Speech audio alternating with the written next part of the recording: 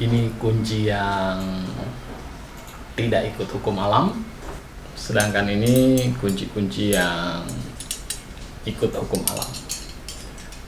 Bagaimana detailnya? Simak terus.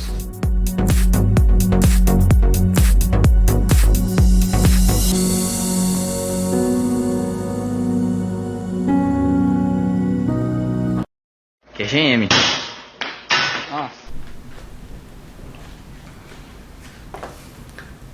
Selamat pagi, saya Imam, saya mekanik ya. Kita masih lanjut pembahasan teori ya. Kali ini saya akan membahas yang pertama, ini kita sudah masuk ke hukum fisika ya, hukum fisika yang mendasari sebuah sepeda motor ya. Nah, yang pertama adalah adanya torsi ya. Torsi ini ada dibagi dua ya, torsi dan torsi dengan jarak ya, distance ya. Kemudian yang kedua di halaman yang sama ini adalah work atau kerja. Ini satuannya juga sama, kilogram meter, kilogram meter. Apa bedanya? Kita akan lihat ya. Untuk lebih mudah, saya akan menjelaskan yang kedua dulu ya. Ini lebih banyak dan lebih sering kita lihat ya. Jadi saya akan gambarkan di sini. Work yang dimaksud di sini ya, kerja ini adalah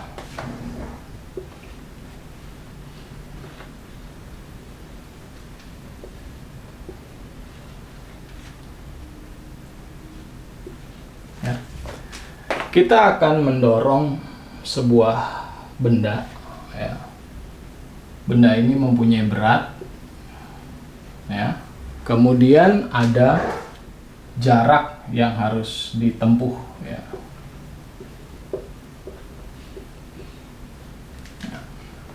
Jarak yang harus ditempuh. Nah, dari titik A ke titik B di sini ya. Titik B di sini. Nah, kerja yang dilakukan misalnya beban 10 kg dipindahkan sejauh 10 meter ya. Jadi kerja yang dilakukan itu adalah 100 ya. 10 kg dikali jarak 10 meter ya. Berikutnya kita bahas yang torsi ini ya. Torsi. Torsi ini adalah sebuah kerja yang dilakukan dengan jarak yang tetap ya, jaraknya tetap. Karena torsi ini terjadi di titik tengah ya, titik tengah. Di sini ada titik tengah asnya ya, kemudian ada lengan. Nah, ada lengan dan ini adalah force-nya ya, gayanya. Gayanya dia akan melakukan seperti ini atau seperti ini ya. Jadi jaraknya selalu tetap ya, jarak lengannya tetap, gayanya pun ya, force-nya pun tetap ya. Hasilnya adalah gaya dari sini dikalikan jarak lengan ini. Hasilnya adalah torsi di sini.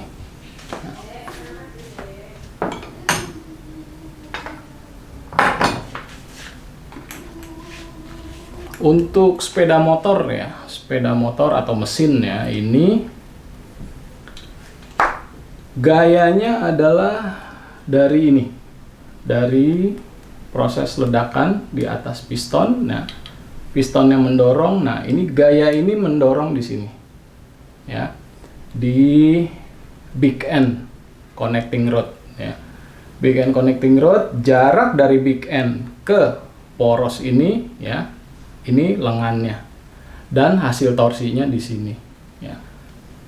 Ini pindah sebelah kiri. Nah, di sini akan ada roda gigi penerus dari crankshaft ke rumah kopling ya. Jadi torsinya adalah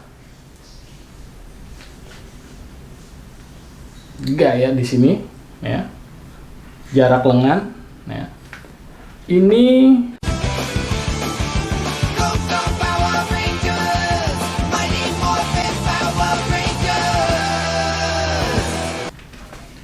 jarak ya, distance-nya ini kita rubah ya. Seperti yang dilakukan modifikasi itu stroke up ya, stroke up yang disebut stroke up. Nah, dengan menggeser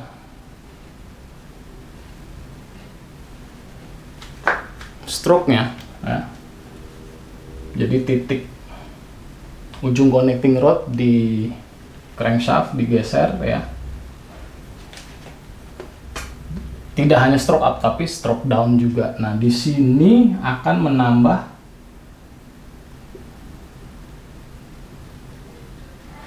jarak lengan ya, jarak lengan. Jadi torsinya akan bertambah besar.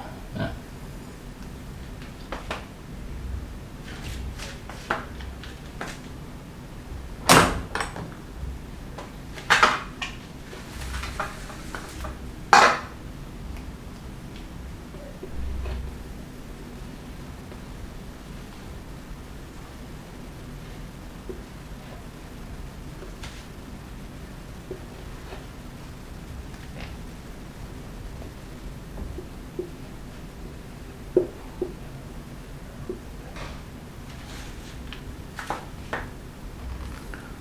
kalau ininya yang digeser,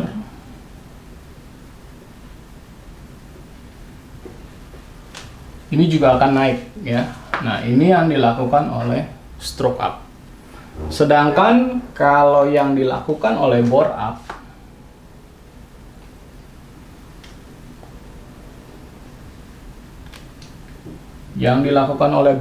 adalah di sini.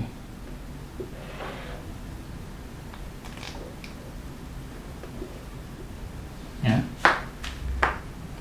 Jarak stroke-nya tetap, tapi bore-nya dibesarkan ya, pistonnya diganti dengan ukuran lebih besar, maka force-nya ya, gaya dorongnya akan makin besar. Nah, ini menambah tenaga atau big end pinnya yang digeser itu juga akan menambah, karena torsi itu adalah hasil perkalian dari force ya dikali jarak lengan. Lengannya ditambah atau force-nya yang ditambah menghasilkan torsi yang lebih besar ya. Di sini ada sebuah kunci torsi ya, kita akan bisa setel di sini berapa kekuatannya ya. Jadi yang disetel adalah kekuatannya ya. Di sini ada, di dalamnya ada per. Per ini akan bekerja sesuai dengan tekanannya. Tekanan makin ringan, makin berat ya, maka nilai torsi yang dihasilkan di sini akan semakin besar. Kalau dia tekanan pernya terhadap bola di sini ringan, maka torsi yang dihasilkan sampai dia bunyi klik itu lebih kecil ya. Jadi seperti ini kunci torsi ya. Jadi selain dari teori, saya berikan juga bagaimana aplikasinya di sebuah mesin sepeda motor. Tapi tetap kita belum praktek, kita masih teori dulu. Terima kasih sudah menyaksikan. Semoga bermanfaat. Jika ada yang belum jelas, bisa tanya di kolom komentar. Penjelasan ini juga ada di kolom deskripsi. Terima kasih. Sampai ketemu minggu depan. Saya Imam, saya mekanik. Tetap semangat.